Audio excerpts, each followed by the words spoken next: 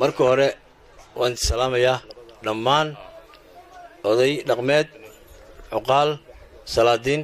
iyo marti sharaf kala qayb gashay waxa kaloo aan salaamayaa ergadii ka soo shaqaysay shirkan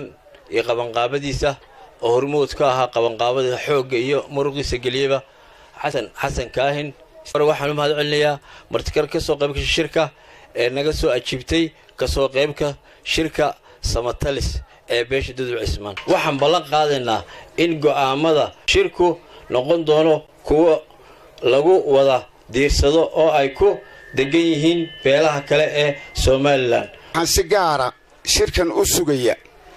salaan gaarana aanu idinka sidnaa dhammaan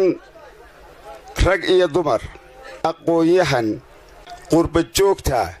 beesha Dudub Cismaan diyaar u ah in ay ka qayb qaataan waxna ka qabtaan natiijada shirka ka soo baxda in ay gacanta ugu weyn ka geysan doonaan haddii Ilaahay yiraahdo oo iyagu u dhaga taagaya maanta halkan waxaynu ka bilaabanaynaa maanta ama ka furmaya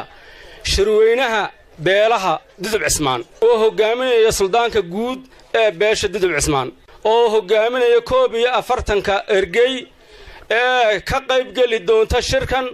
ee u fadhiisan doonta ee mustaqbalka reerkan iyo danihiisa ka shaqayn doonta shirkani laba qodob kaliya ayuunbuu daaran yahay danta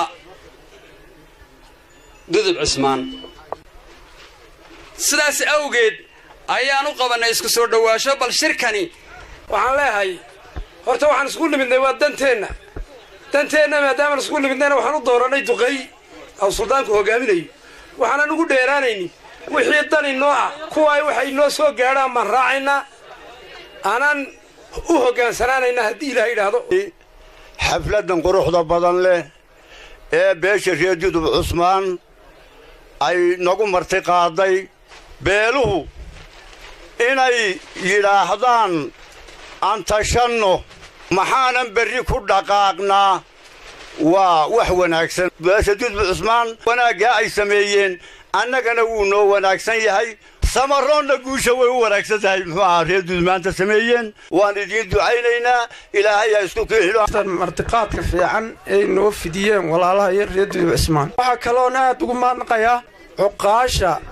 41 ee suldaanku guud hogaaminayo aad baan u soo dhaweynaa walaal annaguna aad baan nagu maadnaqaynaa dadkani wixii ay ahaayeen sida odayga halka ka hadlay sheegay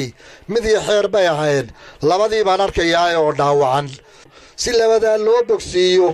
inaan wada hadallo gudida Dudub Cismaan ee la soo magacaabay maanta ay bishu tahay bishii afraad 9keygii 2018 waxaan aad ugu faraxsanahay inaan ka soo qayb galno shirweynaha Dudub Cismaan oo ka qabsoomay degmada Quljeed gaar ahaan oo Kholaale shirkaas waxaan Ilaahay uga rajaynaynaa inuu noqdo mid guuleysta ay noqdaana reer Dudub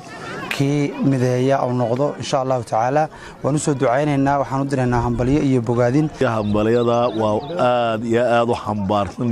niyad samida iyaan u gudbinaynaa shirka gudida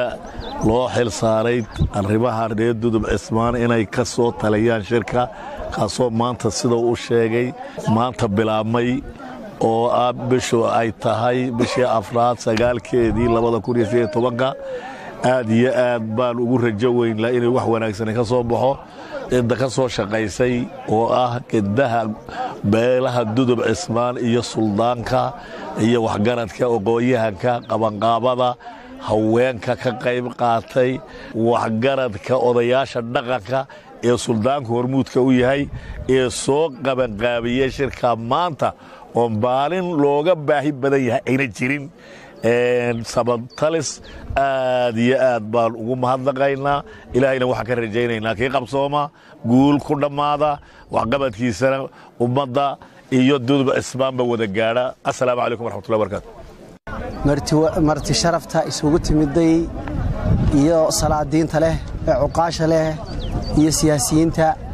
milgaweynta bahweynta Dudub Cismaan ka arrimiya golaha guud ee 41 Dudub Cismaan ayaan salaamaya inta kadib shirka maanta aynu isugu nimidna waxa uu ahaa samakatalis insha allahu tacaala wuxuu noqon doonaa shir weyn oo dudub cismaan oo dhan ay ugu arrimin doonaan beelaha samaroon insha allah ayuu noqon doonaa sida uu u socdo shirkaasi ayaan fili doonaa insha allah